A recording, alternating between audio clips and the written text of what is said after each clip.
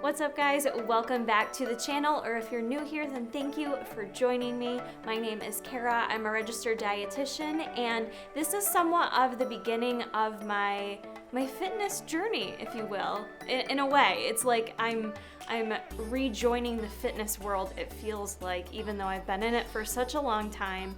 I'm really going to be kind of shaping my videos more around my fitness this year. And just to kind of jump back real quick, I did have an injury in September. I fractured my shoulder, my right shoulder, which kept me out of training my upper body whatsoever for a total of 8 weeks. So I wasn't even able to look at touching the weights again until November, at which point I was a couple weeks out from having rhinoplasty surgery with septum repair. So that was a pretty big deal surgery. So I was able to get back into the gym, but I could barely touch any weights.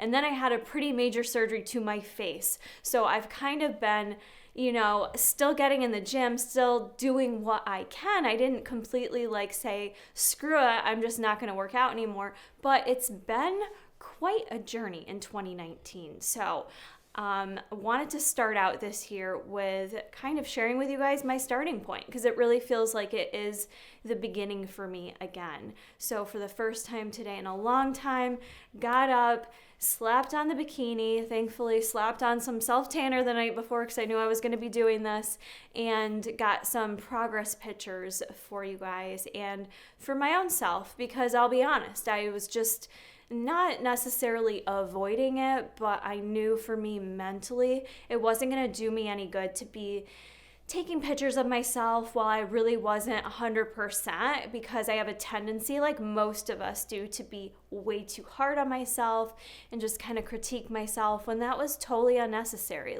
That was a whole period for me where I had to just kind of let go of control and only do what I could in the gym. So I got some progress pictures this morning, threw on my posing suit from Angel competition bikinis. Didn't really do any flexing for these photos. I did kind of loop around unflexed and then flexed. So just wanted to share with you guys and myself a starting point in terms of how progress pictures look, and I'm also going to review for you my body comp. So I had a body comp done, which I haven't done a body comp in probably 3 years or so. I never really do them unless I'm competing, but I felt like this was a great time to get a body comp done, because I do love the science bit of things, obviously, and I really want to see how my body responds. I'm secretly hoping, I wasn't totally out of the gym. It's not like I wasn't working out, but really what I've been doing is so minimal compared to my entire life of being involved in fitness. So I'm kind of hoping I'm going to get some newbie gains up in here, like I'm just starting lifting again or something. That's probably far-fetched, but nonetheless, I wanted to document this experience for you guys and for myself, so that I'm thinking probably down the line, maybe 2 months, 3 months, I feel like is a good amount of time to come back, reassess the body composition, and see how things have changed, if at all. But to start out with getting the body comp, I have to say I was very nervous, because I do feel like throughout my recovery, I felt really good about how things were looking physically. I was not weighing myself whatsoever. I kind of put the scale away essentially for 2 months or so. I just didn't see any point in doing that to myself. But just going to the gym, I was like, dang, I'm not mad about how things are looking if this is what it looks like when I'm honestly barely putting in any effort. Still being mindful of my nutrition, obviously, but I've also been in a period of trying to eat more to ensure that my calories are as high as possible and that I'm really at a good starting point. So it's been an interesting place for me. So I really didn't know how this body comp was gonna go. I will say that something I'm newly insecure about, and this isn't, me being wanting to pick my body apart. It's just me being a real life human, you guys. We all have things we're insecure about. And with not being able to train upper body for 4 months now, my arms are something I'm very insecure about that I have never been insecure about in my entire life. I just feel like I can see how different they look from lack of training. That's just going to happen. The composition of them looks so different to me, and it's something I'm hoping changes, but that's just my own thing I want to throw out there. So I was really nervous to see what my body comp was going to show in terms of body fat percentage and muscle mass. So what I use is the InBody scan at Well-Rounded Health and Fitness. They offer that body fat scan. If you are local here in Syracuse, you can go there and get a scan done. But I like that because BMI only looks at your height ratio, your ratio of height to weight. That's all it looks at. It doesn't take into account any other factors. And while the InBody scan is not a gold standard, it just gives me a good starting point. I'm not like holding it to a perfect science of accuracy, but what it does give me is a starting point, and then I can see how things change over time. And by doing the same InBody scan, a few months from now, I'm comparing apples to apples. You feel me? But the InBody scan, what it looks at is your body fat percentage. It also takes into account your water weight, your total body water weight. So you can therefore look at your dry lean mass, and it also gives you that segmental ratios as well. In terms of left side versus right side and all that good stuff. So doing the scan itself, I was really freaking surprised. I was really happy with what I saw because I'm trying to remember back to previous body comps I've had done before, and I really feel like my body, my lean mass, I guess, if you will, I feel like my lean mass actually isn't that far off from what it used to be. So I don't know. It's hard to know how much mass I actually lost. So what I'm looking to do is just focus on if I can gain mass during this time. But my weigh-in was 115.5 pounds on this scale. I am roughly 5'2". I know that shocks a lot of you that think I'm tall. I'm not. I'm petite. I'm very petite. So this calculated for me, my percent body fat was actually 20.1%, which gave me 92.4 pounds of lean body mass.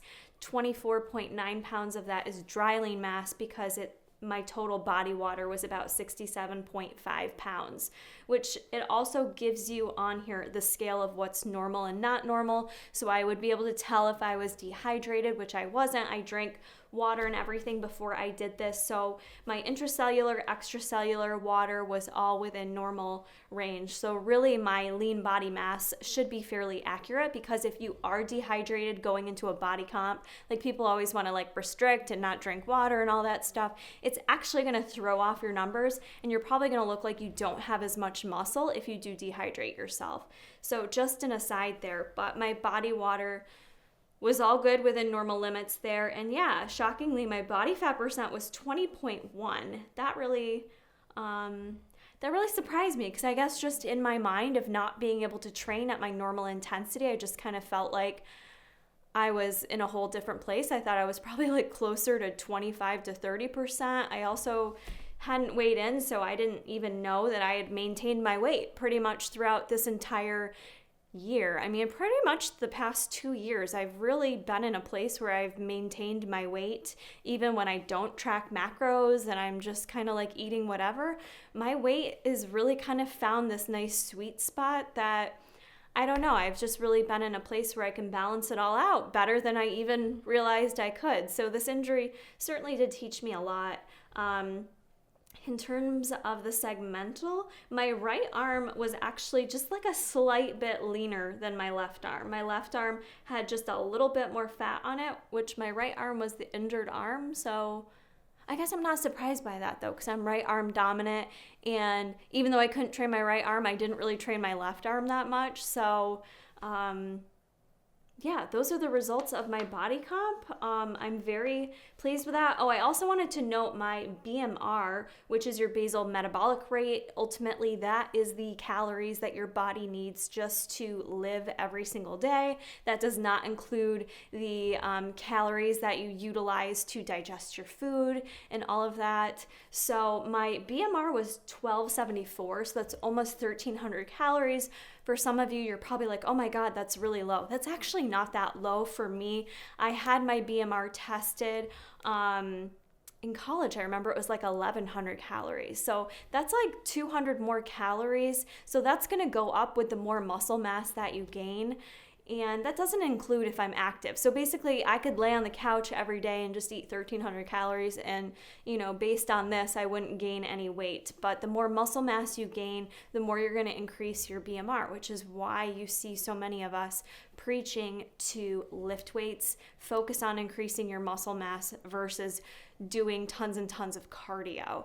So I thought that was pretty cool as well, just to get a starting point and what my hopes are right now for 2020. I know some people are like, oh, you're going to compete, aren't you? And I really am like, not there. I'm not there. I'm in a place where my first focus is still being more consistent with my dietary intake, making sure I'm eating enough, getting my calories as high as possible. I feel like my maintenance is so much higher than it once was. What I would need to lose weight, I feel like I would hope is higher than it once was, but I'm not certain. Right now, I'm just focusing on keeping the calories higher and being very consistent with my intake, not following a set diet. If you guys follow me for a while, you know that I don't adhere to any specific diet. I have no dietary restrictions, allergies, intolerances, etc. So I eat a pretty wide range of foods. I'm kind of just focusing right now on trying to be better about incorporating more variety with recipes and stuff like that. Sometimes I get really bored and I just get lazy and eat the same foods all the time, and that doesn't work for me. I need to have variety. So I'm going to try to be better about trying new recipes out in the new year. With that is my training focus. So right now I'm lifting 5 to 6 days a week. I'm working out with Jason right now and just doing the same training split he is, which is really great because he kind of keeps me in the right headspace about not, checking my ego still and slowly working back up the weights and just focusing more on squeezing those muscles and having the mind-muscle connection. So I'm focusing right now on just being consistent there and still doing my PT. And my hope is maybe next month starting up coaching again with Brian Devins, who I was working with before, and really working on my progress there. So that's kind of the general goals right now, is just rebuilding my strength. I would hope that with these goals and with consistency and adherence to this, that I'm going to see an increase in my muscle mass, I would hope, an increase in my dry lean mass, and also likely going to see a lower body fat percentage would be my goal. So as I'm doing this, I hope to see more strength. I really just want to focus on feeling strong again in my upper body, but I'm not willing to compromise injury because I know I'm at a high risk of screwing up my rotator cuff, and I'm just too young, and I'm not here for that. I'm not here for injuries. So we're doing it safe, we're doing it smart, you guys. And then my other thing is I haven't been doing a ton of cardio, which has been great, but I do miss running. So I'm kind of slowly getting back into running a little bit. I'm not into running in the wintertime in New York, so I am just doing it on a treadmill little by little. A couple little 3-mile runs is my goal for right now, hoping to stick with that. And I think that's it. I do want to get back into yoga, but it's a lot. To me, it just feels like, let's be realistic with everything. My main focus right now is my training, and even if it's just doing stretching and yoga movements at home, I'm cool with that. So even if it's just me doing some yoga flows at home a couple times a week, I'll take that as a success. So I think that wraps up everything. I do want to say too, I know sometimes I post these videos with the physique updates, and people feel like I'm, I don't know, people think I'm goals with where I'm at right now. Why would you try to change yourself? And I am very happy with where I'm at right now. So I hope that comes across here before I get those comments down in the comment section. I'm extremely happy. And don't get me wrong, I'm hard on myself like we all can be. I was still in the gym. I still eat healthy for the most part. I still eat some crap too because I like some junk food too, But I do a good job at balancing it all. This is just me setting goals for, it's nice to have goals, and it's not me picking apart my body. This is me just kind of okay, let's see what we can do now that I have no limitations and restrictions, and let's see where I can go in the gym and, hopefully gain a little strength and muscle mass. So yeah, I just want to mention that. Like, I think people get it confused with like the self-love era. I'm here for it. And I do love myself, though. This is not me ripping myself apart by any means. And I'm also not even dieting right now. I'm not cutting. I actually haven't done a cut in a really long time. Like 2019 for me, I didn't really diet at all. Even when I was working with Brian, we pretty much kept my shit at maintenance. So I feel like a lot of times people think I'm always dieting just because I have a YouTube channel that's about nutrition and fitness and I give you guys tips and tricks. But believe it or not, I really haven't done a cut. I haven't really dieted in a long time. So we're possibly going to do that in the near future, but the focus right now is still, you know, getting calories as high as possible. I hope you guys enjoyed this video. I want to hear in the comments below if you guys want to do this with me. I want to focus a lot of content on training and giving you guys valuable information on how to live a healthy lifestyle, and not just for the New Year's resolution, to really help you guys sustain a healthier lifestyle and to really change your behaviors and just build better habits. So if you guys are here for it, you guys want to do it with me, or there's certain content that you want to see among my journey, then please comment that down below and I'll gladly share anything. You guys know I'm an open book. I hope you guys enjoy this portion of the video. We are going to hop into a little bit of vlog footage where I share with you guys a nice hefty meal out, and I also share with you guys how I go about ordering and how to calculate that in my FitnessPal, with some other footage. So I hope you guys stick around for that and enjoy that footage as well. We're at Dave's Diner, you guys, getting some post-workout food. I love their granola here. It's homemade granola, so I got a big bowl of that with a side of yogurt and a nice big breakfast here, egg white omelet with tomatoes, peppers, onions, and Swiss cheese, marble toast, and I got some home fries. And then Jason just got an egg over medium, side of egg whites, and some plain wheat toast because he's basic. I wanted to share with you guys how I went about tracking that meal that you just saw out at a diner. It's a small ma and pa diner. There's no macros within my FitnessPal, and this is still such a common question I get from anyone really, especially my clients, is how to either one, make healthy choices when eating out, or how to go about tracking it. I personally don't find it difficult whatsoever, but I understand that I've been doing this a lot longer than most people. So first thing is, for me, I might be in a different place than you guys are. Right now, I'm trying to eat more and eat more consistently. So I just feel like my appetite has been really up and down lately. So an effort to kind of stabilize things for me and get to a good starting point, I've just been I kind of upped how much I wanted to eat, and I started tracking again to kind of consistently meet those goals. So I am tracking again, although I hadn't been for a little bit. So for me, since I am just trying to eat more and be more consistent, I went to the diner saying, I'm hungry, I haven't ate yet today, I'm gonna get whatever sounds good, and that may have looked like a bigger meal or portion. I obviously ordered a lot more than Jason, but that is kind of what I wanted. You can go into it saying, let me order something that's as healthy as possible, and there's ways to go about it with asking for specifications with how they cook things and all those good questions. So things to consider when being able to track it are how it's cooked. The other thing is knowing portion sizes, and for me it's something I know from number one, being a dietitian and learning standard portion sizes. Number two, I am someone that's tracked my food, weighed my food religiously through bodybuilding preps. I'm a pro at it. I can eyeball stuff, come back, measure it. I am very, very close. So this is something that I can do very easily. If you're not a pro at it like myself, don't stress it. Seriously, don't. If you're in competition prep, we're talking, that's a whole other conversation. But you're just a normal everyday person trying to kind of watch what you're eating, you can estimate it. Be smart about estimating it. Don't fool yourself. Don't kid yourself.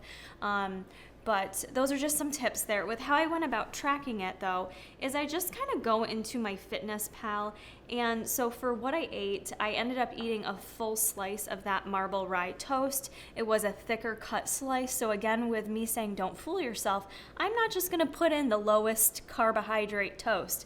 I searched out a thick slice marble rye and I ate one full slice of that.